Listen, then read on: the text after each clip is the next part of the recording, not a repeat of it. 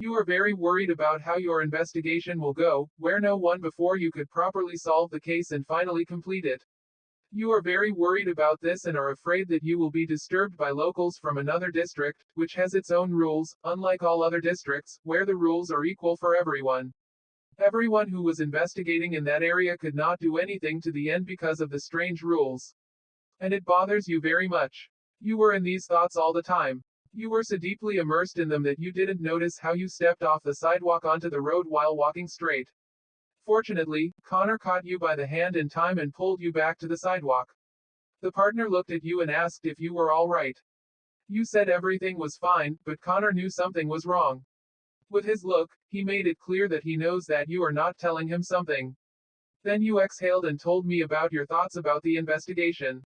Connor listened to you carefully, then put his hand on your shoulder and said that you don't need to worry about what hasn't started yet, that everything will pass as it suits you in the environment, for the good, and that if something goes wrong and everything is completely bad, you can always ask for help.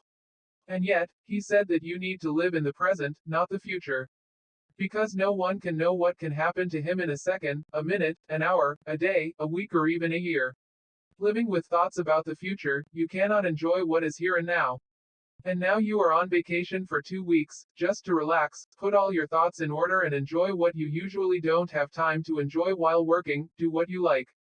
Connor looked into your eyes wet with tears, wiped them and hugged back when you couldn't help yourself and hugged your partner tightly with your hands.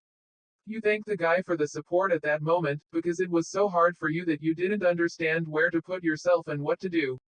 Where to put yourself and what to do so as not to think about the future investigation. Because these thoughts were already sickening.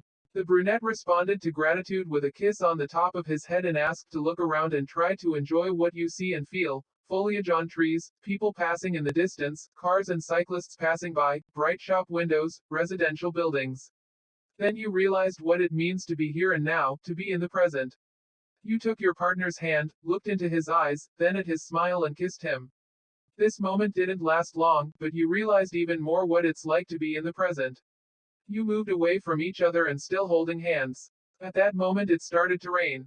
Connor opened the red umbrella while you were looking at the rain as if mesmerized, and only then did you continue your walk.